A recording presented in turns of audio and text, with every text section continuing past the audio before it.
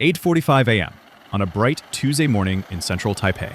As 2.5 million residents begin their workday and traffic surges to the city's bustling streets, less than 180 kilometers to the west, the surface of the Taiwan Strait is being torn apart.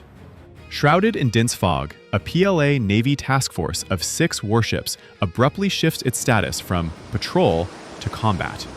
Leading the formation is the Ocean Monster, the Type 055 Renhai-class destroyer, the most powerful destroyer in Asia, displacing 13,000 tons. What the island's 23 million people do not yet realize is that the 112 vertical launch system (VLS) cells aboard this command ship have already been unlocked. With a single command, hundreds of YJ-18 cruise missiles could erupt from their launchers, streaking toward Taiwan's PAVE-PAWS early warning radar stations. Taipei has exactly 23 minutes before the air raid sirens begin to howl. This is the story of those 23 fateful minutes. The Taiwan Strait, with an average width of just 180 kilometers, is far more than a body of water that separates. It is the aorta of the global economy. According to data from Bloomberg and CSIS, roughly 88% of the world's largest container ships and 40% of total global trade, worth more than $5 trillion annually, are forced to pass through these waters every year. But the true value lies in tiny slivers of silicon. The island holds the so-called silicon shield. TSMC's fabs produce over 90% of the world's most advanced semiconductors, below 10 nanometers. Controlling the strait means controlling the breathing valve of the entire high-tech industry, from the iPhone in your pocket to the guidance systems of F-35 fighter jets. For Beijing, this is the key to breaking through the first island chain. For Washington and its allies, losing the Taiwan Strait would mean the total collapse of the Indo-Pacific security architecture.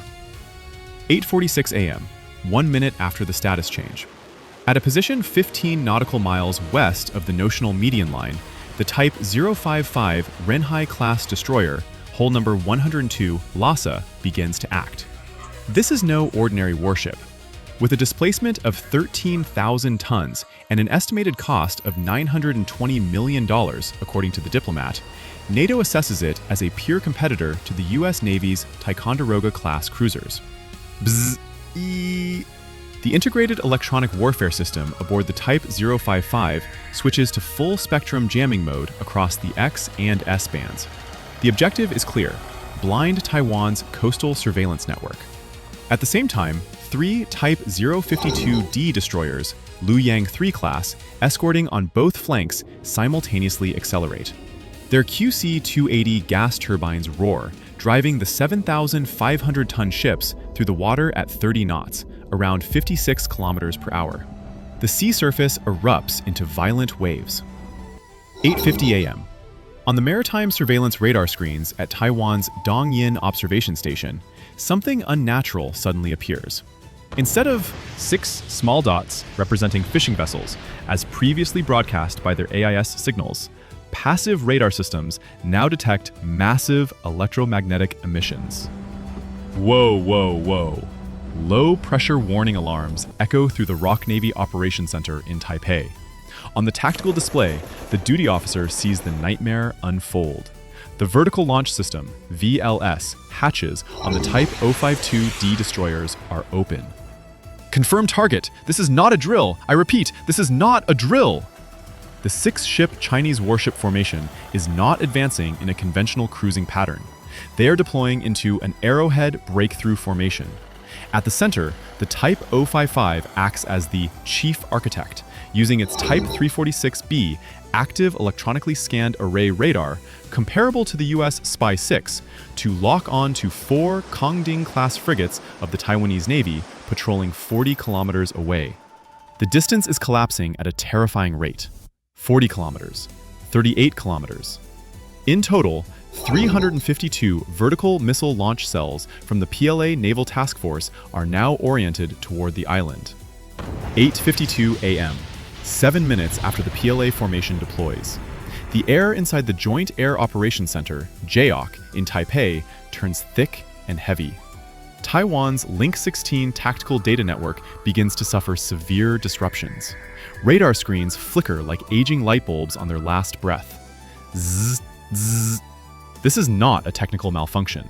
It is the work of two J-16D electronic warfare aircraft that have quietly penetrated the Air Defense Identification Zone, ADIZ, at an altitude of 9,000 meters. Equipped with KG-600 digital jamming pods under their wings, the J-16Ds are erecting an electronic wall, completely blinding Taiwan's ground-based radars to the precise positions of the 6 warships below. 8:55 a.m. A sonar officer aboard Taiwan's Kongding-class frigate, hull number 1202, screams into the internal comms. "Underwater contact detected! High speed! Bearing 210!" This is no longer just a surface encounter. The Chinese fleet has initiated anti-submarine warfare ASW coordination. 2 Z-9C helicopters lift off from the flight deck of a Type 052D destroyer, dropping active sonar buoys into the sea. This is an extremely provocative move, one that typically occurs only moments before torpedoes are fired. The distance between the two fleets has now collapsed to just 30 kilometers, about 16 nautical miles. At this range, China's YJ-18 supersonic cruise missiles with a range of 540 kilometers and speeds up to Mach 3 are almost excessive. The real danger now comes from the HPJ-45A 130mm naval gun mounted on the bow of the Type 055. Capable of firing laser-guided rounds at a rate of 40 rounds per minute, it can reduce a 3,000-ton frigate to twisted scrap in under 60 seconds. Beep, beep, beep. Radar lock-on warning systems aboard all 4 Taiwanese warships simultaneously turn bright red. They have been, illuminated by the enemy's fire control radar. The countdown ticks away, second by second. With every passing minute, the balance of deterrence shifts at a dizzying pace. 8:58 a.m. Taiwan's Ministry of National Defense issues a Combat Alert Level 1 order to its coastal missile units. At a concealed base in Hualien, camouflage blast doors swing open. Mobile launchers carrying Xiangfang 3 missiles surge into firing positions.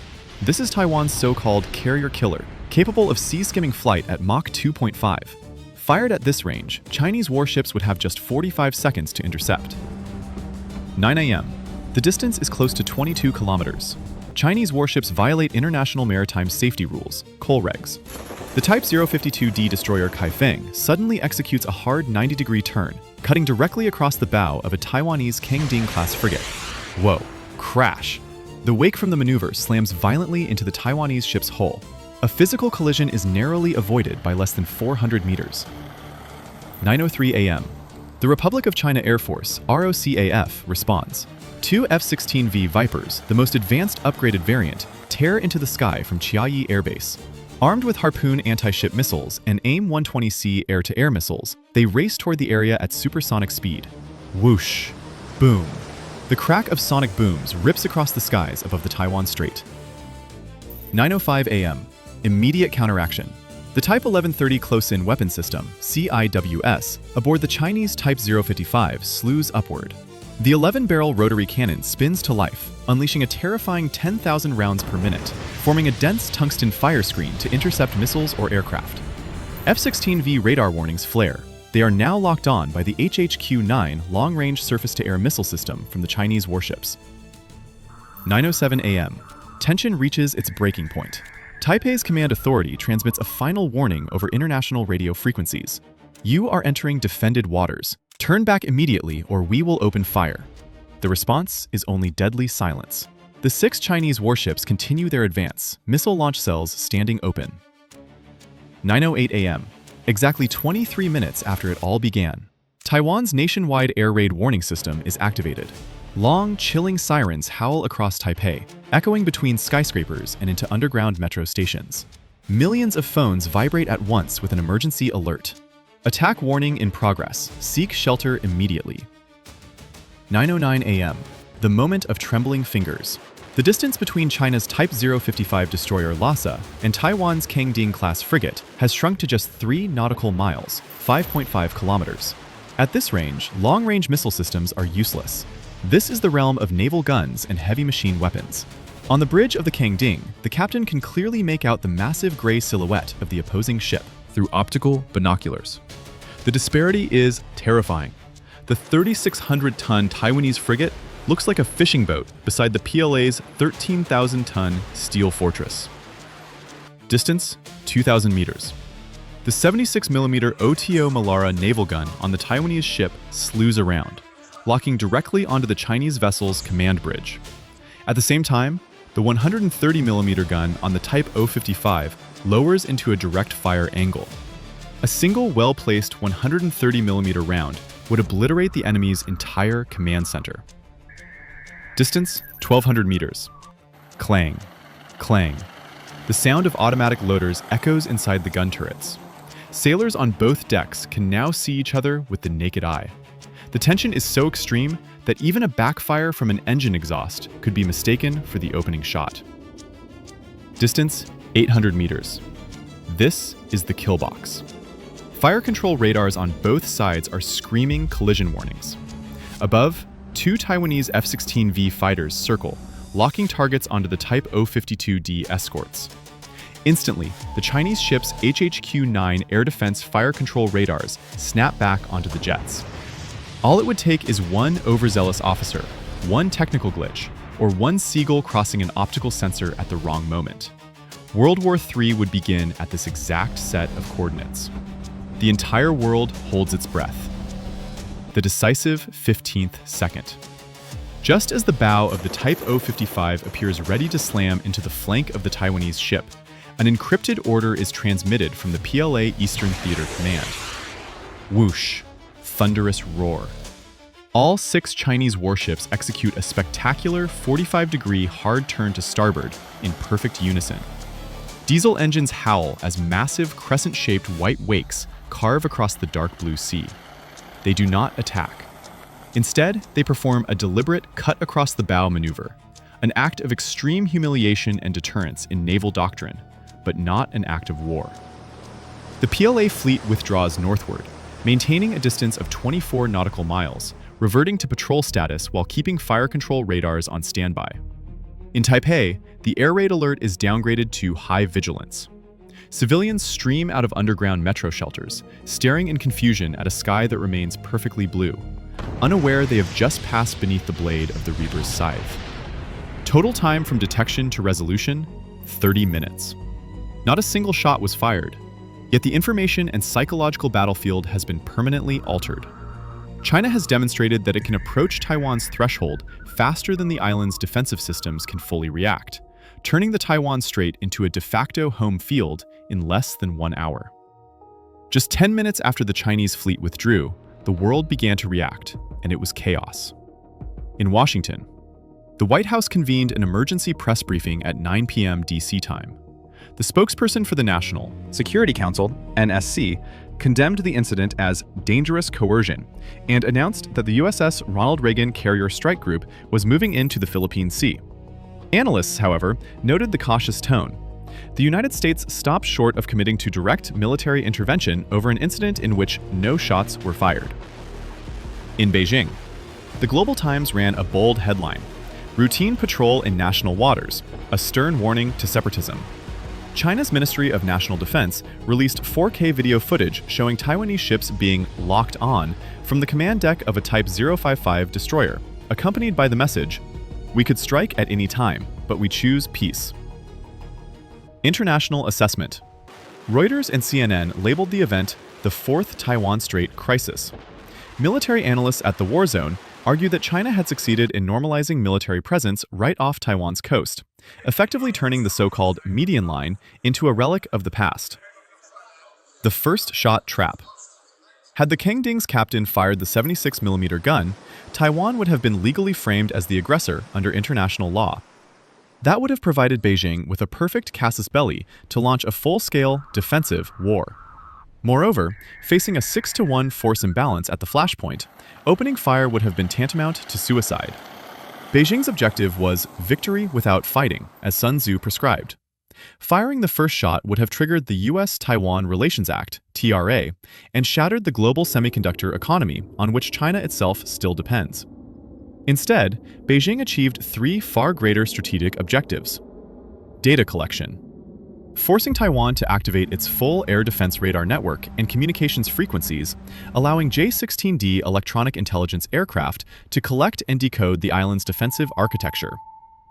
Psychological warfare. Demonstrating to the Taiwanese public that their military cannot physically prevent the PLA from closing in. Reaction time testing. Learning exactly how long Taipei needs to make critical decisions, 23 minutes, a priceless data point for future operational planning. The cost of escalation. A single YJ-18 missile, priced at roughly $2 million, can sink a warship. But a full-scale conflict would vaporize $2 trillion in global GDP in the first week alone, according to estimates by the Rhodium Group. Deterrence functions on fear of that price. 9:30 a.m. The waters of the Taiwan Strait return to their familiar, deceptive calm. The ships are gone, but their ghosts remain. This hypothetical 23-minute event reveals the true face of modern warfare. It does not begin with gunfire, but with information paralysis, psychological dominance, and cold calculations on the geopolitical chessboard. Today, they stopped at 800 meters. Next time, that distance may be 0.